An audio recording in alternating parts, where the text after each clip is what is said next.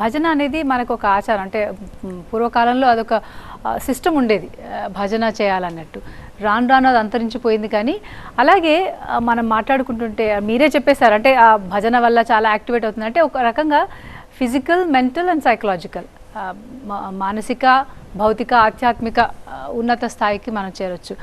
And more over శబ్దం యుగానికి ఒక ధర్మం ఉంటుందంటారు, కలియుగానికి నామస్మరణ అంటారు. దానికి కూడా అంటే ఏవో మంత్రాలు రాకపోయినా కానీ రామనామంతో కూడా ఆ స్థితిని సాధించవచ్చు అని మనం అనుకోవచ్చు. అసలు రామనామంతో సాధించలేనిది లేదు. రామనామంతో రామతత్వం తెలిసి దాంట్లో వాడు లీనమైపోయి అంతటి వాడు అవుతాడు. హనుమంతుడు వాడు అంతటి వాడు అవుతాడు. రామనామం యొక్క శక్తి అది అది అనంతం. అనంతరామయ్య అనే పేరు విన్నారా మీరు? అంటే ఏమిటి? ఈ రామతత్వం అనంతం, అందుకని అనంతరామయ్య అని పెట్టారు. అంటే రామబ్రహ్మం అనే పేరు విన్నారా? రామబ్రహ్మం అంటే ఏంటి? సకల చరాచర జగత్తు కూడా బ్రహ్మం. ఇదంతా కూడా ఆ బ్రహ్మము ఏమిటంటే అది రామం అన్నమాట. రామతత్వంతో కూడుకున్నది, అందుకనే రామబ్రహ్మం అని పెట్టారు మన వాళ్ళు. అదంతా తెలిసి అనంతరామయ్య, రామబ్రహ్మం ఇటువంటి పేర్లన్నీ ఎలా వచ్చాయి? ఏదో బాలరాముడు ఇటువంటి మాటలే కాదు మనకి. జానకీరాముడు, సీతారాముడు ఈ పేర్లు పెట్టడమే కాకుండా అనంతమైనటువంటి ఆ రామతత్వంతో కూడుకున్నటువంటి ఆ రూపం అనంతరామయ్య. ఈ సమస్త చరాచర జగత్తుని ఆవరించినటువంటి బ్రహ్మం ఏదైతే ఉన్నదో అది రామబ్రహ్మము. అలా ఈ పేర్లన్నీ పెట్టారనంటే వాళ్ళు ఎంత మహామేధావులు, ఎంత జ్ఞానులు వాళ్ళు, ఆ పేర్లు పెట్టినటువంటి వాళ్ళు. నిజమే.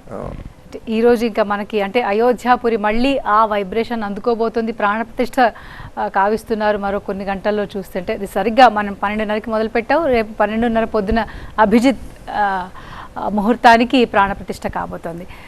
ఇక అంటే ఆ అయోధ్యాపురి నుంచి వచ్చిన ఆ వైబ్రేషన్స్ కానీ, అంటే ప్రపంచ ప్రఖ్యాతి పొందిన మన భారతీయ సంస్కృతి ఎలాగూ ప్రపంచ ప్రఖ్యాతి కాబట్టి అయోధ్య తర్వాత కూడా ఆ వైభవం ఇంకా ఎంతగా పెరుగుతుంది అనుకుంటున్నారు? తప్పకుండా దీని ప్రభావం యావత్ భారతదేశం మీద ఉంటుంది. యావత్ భారతదేశంలో ఉండే భక్తుల మీద ఉంటుంది, దేవాలయాల మీద కూడా ఉంటుంది, దేవాలయాల మీద కూడా ఉండాలి. ఎందుకనంటే దానికి ఒక 3,000 కోట్లు దాదాపు ప్రజల నుంచి వచ్చింది కనుక దానికి ఆ వనరులతో ఒక వ్యవస్థ ఏర్పడుతుంది. దాన్ని శుభ్రపరిచేవాళ్ళు, అక్కడ ప్రసాదాలు పెట్టేవాళ్ళు, ఇదంతా దానికి ఒక వ్యవస్థ ఏర్పడింది దానికి. అట్లా ప్రతి దేవాలయం ప్రతి ఊళ్ళో కూడా చేసుకోవాలి ఉన్నంతలో, ఎవరికి వాళ్ళు. దానికోసం నిలబడాలి అందరూ. అటువంటి స్థితి, అటువంటి ఆలోచన ఈ అయోధ్య రామాలయం రేకెత్తిస్తుంది అందరిలో. భారతదేశంలో ఇప్పుడు ఇవాళ వచ్చినటువంటి ఈ ఉత్తేజం, ఈ చైతన్యం, ఈ భక్తి చైతన్యం, ఇది చాలా మనం ఊహించలేము అన్నమాట.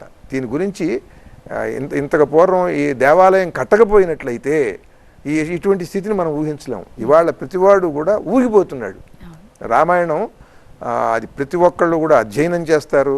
దీని గురించి ఇంకా ఇంకా ఇంకా అద్భుతాలు జరుగుతాయి. ఈ అయోధ్య రామాయణం అనేటువంటిది ఒక ప్రత్యేకమైనటువంటి అధ్యాయంగా భారతదేశ భావి భారత మహావైభవానికి ఈ అయోధ్య రామాయణం అనేటువంటిది ఒక నాంది పలికింది అనేది మాత్రం తర్వాత చరిత్రలో ఉండిపోతుంది. అంత అద్భుతమైనటువంటి పరిణామం అందరిలో తీసుకుని వస్తున్నది ఇది.